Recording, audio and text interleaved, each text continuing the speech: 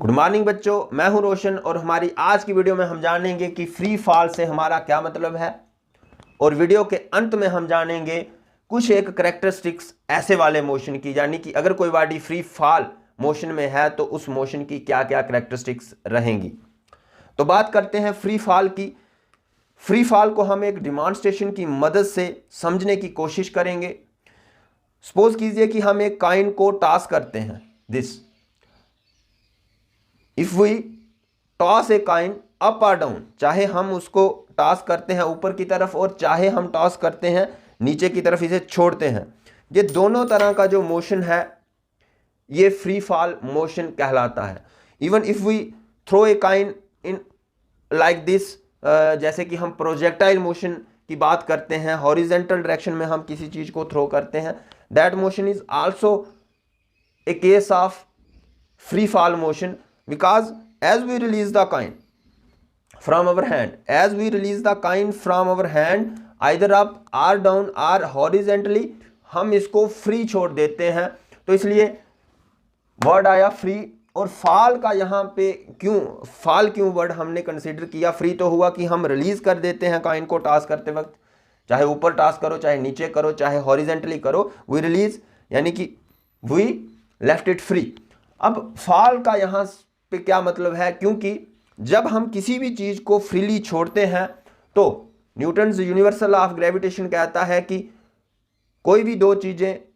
एक दूसरे को अट्रैक्ट करती हैं ग्रेविटेशनल फोर्स के साथ। और इस समय अगर हम कॉइन की बात कर रहे हैं या फिर हम किसी बॉल की बात करें, इसको भी जब हम रिलीज कर दें, छोड़ दें, तो आप देख सकते हैं कि मैं बेशक बॉल को ऊपर की तरफ छोड़ रहा हूं, बॉल नीचे की तरफ आ रही है,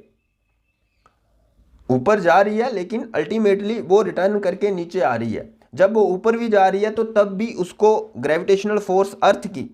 नीचे की तरफ खींच रही है। तो दुनिया की हर एक चीज को अर्थ अपनी तरफ नीचे की तरफ खींचता है, आप जानते हो, ग्रेविटेशनल फोर्स के साथ, और उस ग्रेविटेशनल फोर्स को हम ग्रेविटी कहते हैं। तो फ्री का मतलब we release either up or down or horizontal direction, and fall का मतलब अर्थ अपनी तरफ बॉल को, कॉइन को या किसी भी दूसरी चीज को ग्रेविटी के साथ खींचता है और उसकी डायरेक्शन, बॉडी जब फोर्स लगती है क्योंकि ग्रेविटी लग रही है, फॉल का यहां पे मतलब है क्योंकि अर्थ अपनी तरफ चीजों को खींचता है, तो हम चाहे ऊपर की तरफ उसे फेंक रहे हैं, उसको ग्रेविटेशन फोर्स लग रही है नीचे की तरफ और बॉडी एक्सेलरेट होती है नीचे की तरफ। अगर ऊपर भी जा रही है तो एक्सेलरेशन की डायरेक्शन नीचे है,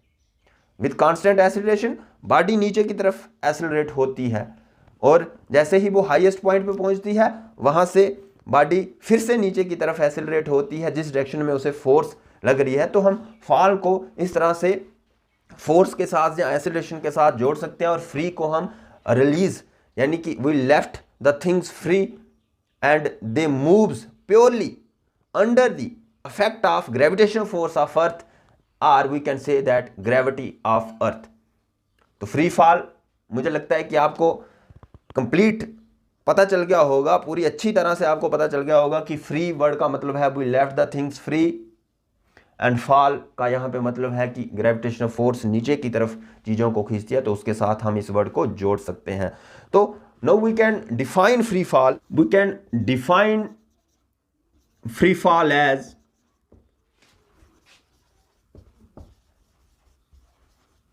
मोशन, एक मोशन है purely under the effect of gravity, और we can say that gravitational force of earth. Free fall is the motion of the bodies purely under the effect of gravity. और अगर कुछ एक assumptions हम लें, जैसे कि पहली अजम्पशन है if we can neglect air resistance, air resistance, अगर हम एयर रेजिस्टेंस को नेग्लेक्ट कर सकें, if we can ignore the effect of rotation of earth,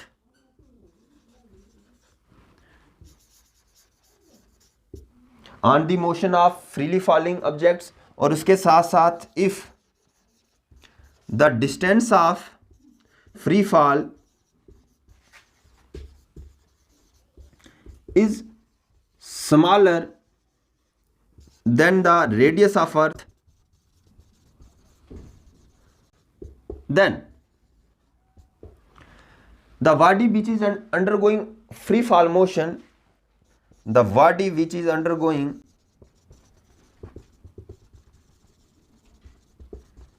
free fall motion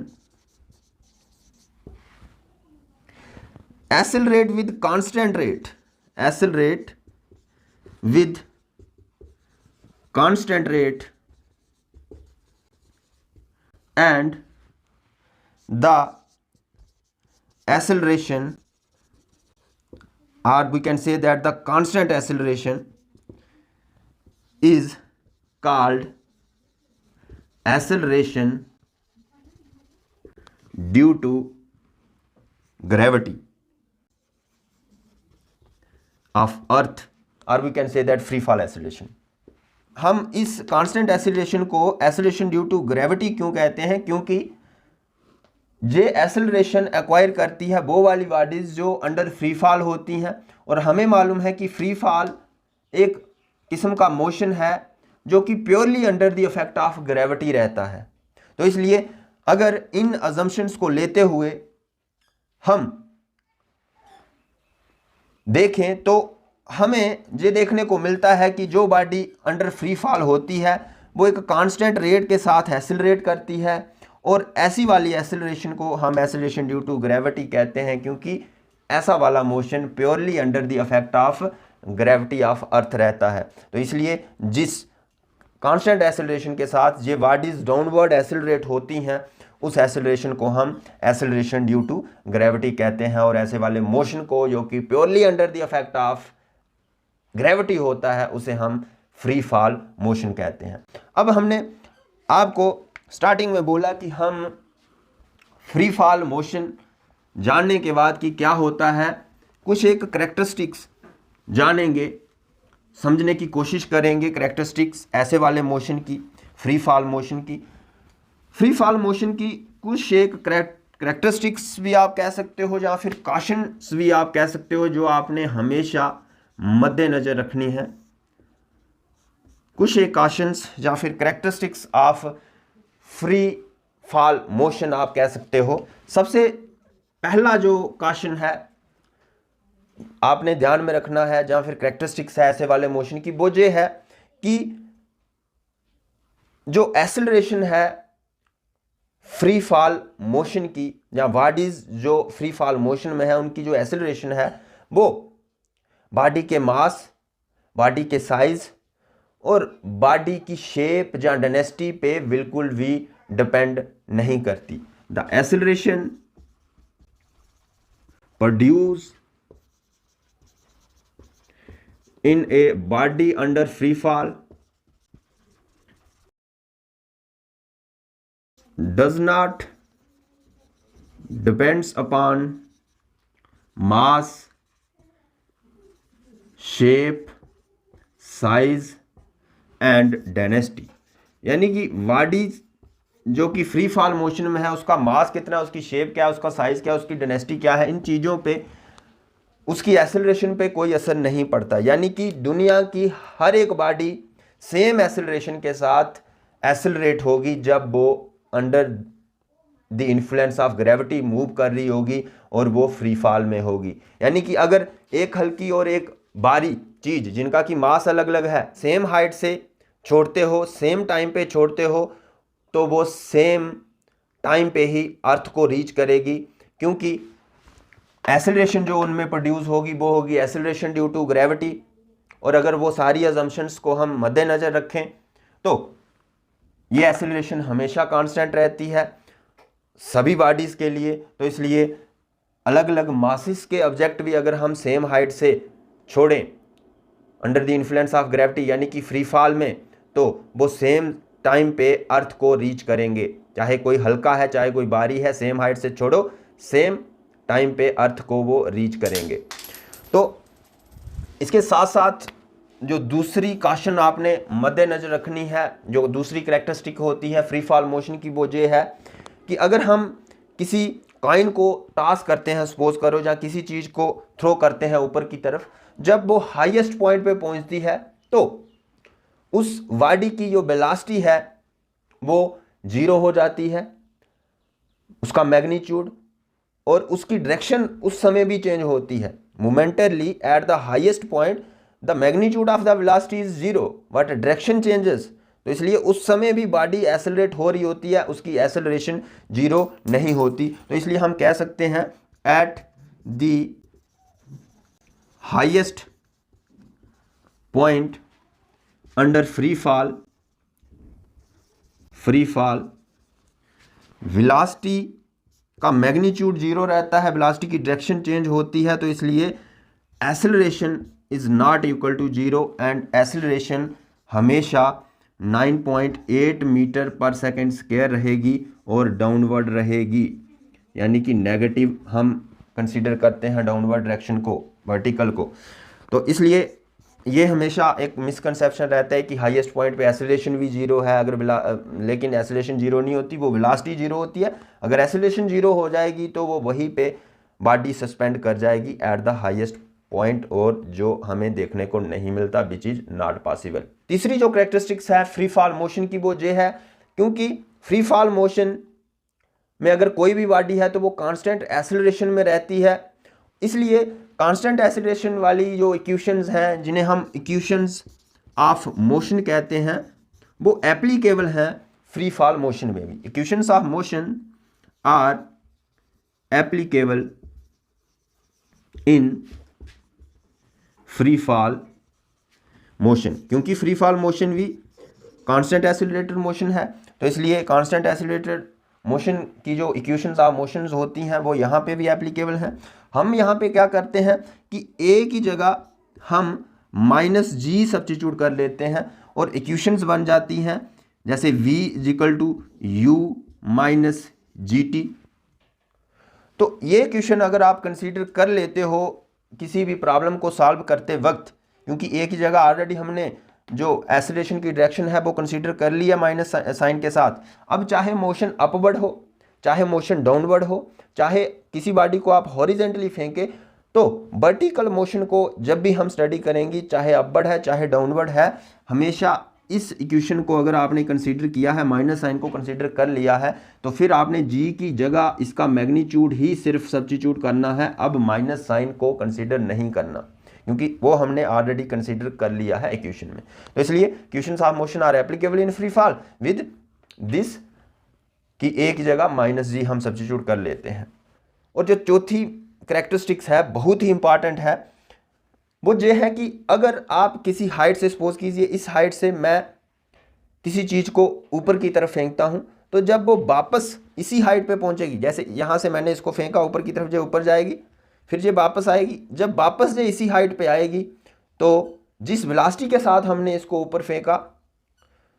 वापस उस जगह पे, जिस जगह से हमने इसको फेंका, उस जगह पे इसकी वेलोसिटी वापस उतनी हो जाएगी जितनी वेलोसिटी के साथ हमने इसको ऊपर फेंका। सिर्फ फर्क क्या होगा,